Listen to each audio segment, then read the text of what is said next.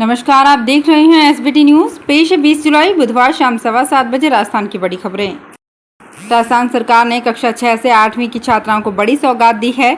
अब सरकारी स्कूलों में कक्षा 6 से 8वीं तक की छात्राओं को भी साइकिल दी जाएगी। इस संबंध में दिशा निर्देश जारी किए गए हैं। मुख्यमंत्री अशोक गहलोत ने 2022-23 के बजट में घोषणा की थी। सरकार की इस पहल से झुंझुनू जिले में 500 से अधिक छात्राओं को योजना का लाभ मिलेगा। सरकार बालिका शिक्षा को बढ़ावा देने के लिए 9वीं में प्रवेश लेने वाली सरकारी स्कूल की सभी छात्राओं को निःशुल्क साइकिल देती है। अब पहली बार छोटी कक्षा की छात्राओं को भी साइकिल देने की पहल की गई है। राजस्थान में कांग्रेस विधायकों की मंत्रियों से नाराजगी अब खुलकर सामने आने लगी है। ब्यूरोक्रेसी के साथ ही मंत्रियों के कामकाज को लेकर कांग्रेस विधायक नाराज हैं।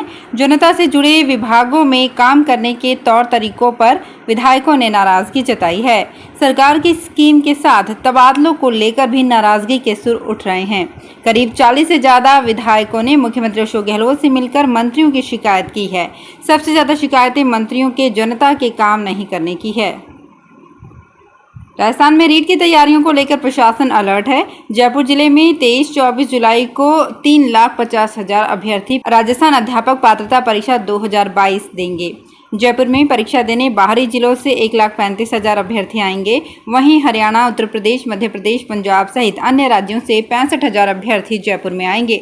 जयपुर में कुल 2 लाख अभ्यर्थी ट्रेन, बस सहित अन्य साधनों से जयपुर आएंगे। वहीं जयपुर से 19,000 अभ्यर्थी दूसरे जिले में जाएंगे। रोडवेज बसों में परीक्षा से 2 दिन पहले व 2 दिन बाद तक यानी कुल 6 दिन तक अभ्यर्थी निःशुल्क यात्रा कर सकेंगे। भरतपुर के आदि बद्रीनाथ और कंकालचल पर्वत क्षेत्र में खनन को लेकर चल रहे साधु संतों के विरोध पर अब खान मंत्री प्रमोद जैन भाया का बयान सामने आया है। भाया ने कहा है कि सरकार माइनिंग होल्डर्स को कहीं और शिफ्ट करने का विकल्प तलाश रही है। खान मंत्री ने कहा कि क्षेत्र में जो भी खनन करने वाले होल्डर्स हैं वो सभी लीगल हैं और नियमानुसार ही खनन कर रहे हैं। खान मंत्री प्रमोद जैन भाया बुधवार को प्रदेश कांग्रेस मुख्यालय में मीडिया से बातचीत करते हुए कह रहे थे कि माइनिंग होल्डर्स को खनिज विभाग से लीज मिली हुई है, उन्हें एकदम से नहीं हटाया जा सकता है, लेकिन साधु संतों की भावना को देखते हुए इन्हें शिफ्ट करने का विचार किया जा रहा है। राजस्थान में जयपुर एकमात्र ऐसा शहर होगा जहां लेपर्ड, एलिफेंट और लॉयन के साथ अब टाइगर सफारी भी होगी। इसके लिए टाइगर्स को जयपुर लाना शुरू कर दिया गया है। दिल्ली रोड पर नाहरगढ़ बायोलॉजिकल पार्क में बनने वाली सफारी में टूरिस्ट खुले में टाइगर की साइटिंग कर सकेंगे। वन विभाग और जेडीए की ओर से टाइगर सफारी के काम को शुरू कर दिया गया है। दिसंबर में इसकी शुरुआत होगी। ऐसे में उम्मीद लगाई जा रही है कि इस साल के अंत तक टाइगर सफारी बनकर तैयार हो जाएगी। राजस्थान सरकारी स्कूलों में अच्छी शिक्षा देने के भले ही कितने प्रयास किए जा रहे हों, नए अंग्रेजी माध्यम स्कूल खोले जा रहे हैं, लेकिन सरकारी स्कूलों के भवन जर्जर हालत में हैं। कोटा के हनुमान बस्ती स्थित सरकारी स्कूल के हाल बहुत बुरे हैं। स्कूल भवन जर्जर हो चुका है। खुद स्कूल प्रिंसिपल मानती हैं कि कभी भी छत गिर सकती है। इसके बाद भी कई बार शिकायत के बाद मरम्मत के काम नहीं हुए हैं। दीवारें तड़क गई है और छत लीकेज हो रही है। बारिश में पानी टपकता है। यहाँ 12वीं कक्षा तक की पढ़ाई होती है, लेकिन कमरे सिर्फ 5 हैं। बांसवाड़ा जिले में माही डैम रोड पर पीपलवा चौकी का भूमि पूजन बुधवार को जय श्री राम के जयकारों के साथ हुआ। अतिरिक्त पुलिस अधीक्षक कान सिंह भाटिया एवं शहर कोतवाल रतन सिंह चौहान ने यहां विधि विधान के साथ चौकी की जमीन का भूमि पूजन किया, लेकिन पूजन के दौरान भाटी ने यहां जूते उतारकर पूजा की, जबकि कोतवाल जूतों में पूजा करते दिखाई दिए। अजमेर के रामगंज थाना क्षेत्र से एक युवती के लापता होने का मामला सामने आया है। युवती को रेलवे से रिटायर्ड बुजुर्ग महिला ने गोद ले लिया था। वो सुबह घर से स्कूल के लिए निकली, लेकिन वापस घर नहीं लौटी। आसपास में पता किया, लेकिन कोई सुराग नहीं लगा। पीड़िता की रिपोर्ट पर रामगंज थाना पुलिस ने मामला दर्ज कर जांच शुरू कर दी है। अजमेर के रेलवे से रिटायर्ड 60 साल की बुजुर्ग महिला ने रिपोर्ट देकर बताया कि उसने नवासी को बचपन से गोद लिया है और करीब 8 साल से उसके पास रह रही है। वो करीब 20 साल की है और 11वीं क्लास में पढ़ती है। वो सुबह स्कूल के लिए निकली, लेकिन घर नहीं लौटी। भ्रष्टाचार निरोधक ब्यूरो जोधपुर की स्पेशल टीम ने स्थानीय निकाय विभाग के सहायक लेखाधिकारी दिनेश कुमार सोनी को 5,000 रुपये की रिश्वत लेते रंगे हाथों गिरफ्तार किया है। उसने ये राशि विभाग से रिटायर्ड हो चुके एक कर्मचारी की पेंशन से जुड़े कागजात तैयार करने की एवज में ली थी। एसीपी जोधपुर की स्पेशल टीम के अतिरिक्त पुलिस अधीक्षक डॉक्टर दुर्ग सिंह राजपुरोहित ने बताया कि एक व्यक्ति ने शिकायत दर्ज कराई कि उसका एक रिश्तेदार स्थानीय निकाय विभाग से रिटायर्ड हो चुका है। उसकी पेंशन से जुड़े कागजात अभी तक तैयार नहीं हो पाए हैं। सहायक लेखाधिकारी दिनेश कुमार सोनी 5,000 रुपए की मांग करते हुए लगातार परेशान कर रहा है। बीटीपी विधायकों के राष्ट्रपति चुनाव में आदिवासी महिला उम्मीदवार को वोट नहीं देने पर बीजेपी पर आरोप लगाए। बीजेपी ने इसको आदिवासियों के साथ बड़ा धोखा बताया है।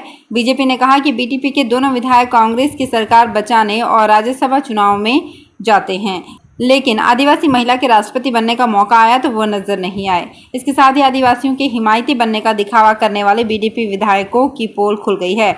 उनको जहां पैसा मिलता है वहां चले जाते हैं। बीजेपी के प्रदेश महामंत्री सुशील कटारा ने बीटीपी विधायक राजकुमार रोत पर निशाना साधा है। उन्होंने कहा कि आदिवासियों के विकास के लिए राजनीति करने की बात कर विधायक बने राजकुमार रोत ने आदिवासी समाज के साथ धोखा किया है।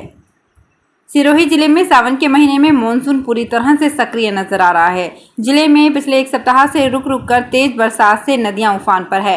पहाड़ियों में छोटे बड़े झरने भी तेज रफ्तार से बह रहे हैं। पिछले 24 घंटे में बुधवार सुबह 8 बजे तक माउंट आबू में सबसे ज्यादा 145 mm यानी कि 6 इंच बारिश दर्ज की गई है, जबकि आबू रोड में सबसे कम 12 mm यानी कि आधा इंच बारिश दर्ज की गई है। जिले में तेज बारिश से ग्रामीण इलाकों में नदियां तेज बहाव के साथ बह रही हैं। शिवसेना सांसद संजय राउत को मुंबई के एक चौल के पुनर्विकास में कथित अनियमितताओं और उनकी पत्नी व कथित सहयोगियों से संबंधित वित्तीय लेन देन से जुड़े मनी लॉन्ड्रिंग मामले में पूछताछ के लिए तलब किया है। वहीं ईडी ने पात्रा चावल भूमि घोटाला मामले में शिवसेना नेता संजय राउत के करीबी सहयोगी सुजीत पाटकर से मंगलवार को 9 घंटे से अधिक समय तक पूछताछ की। शिवसेना सांसद संजय राउत ने कहा कि अभी संसद का सत्र चल रहा है, इसलिए वे परेशान नहीं हो सकते। दिल्ली हाईकोर्ट ने स्पष्ट किया कि अलग रहने वाली पत्नी और बच्चों को भरण पोषण से वंचित करना मानवीय दृष्टिकोण से सबसे बड़ा अपराध है।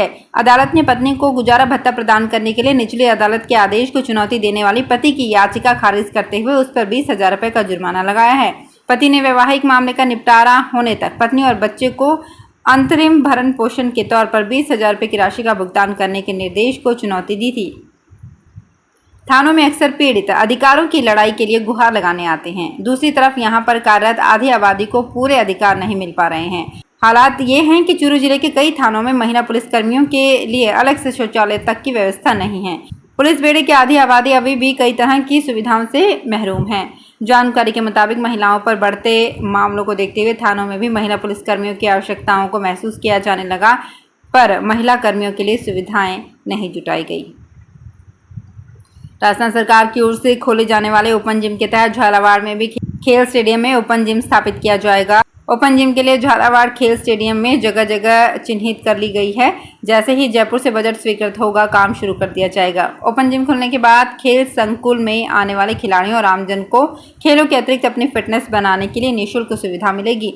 जिला खेल अधिकारी कृपा शंकर शर्मा ने बताया कि सभी जिलों के स्टेडियम्स में दिसंबर महीने से ओपन जिम शुरू किए जाने हैं।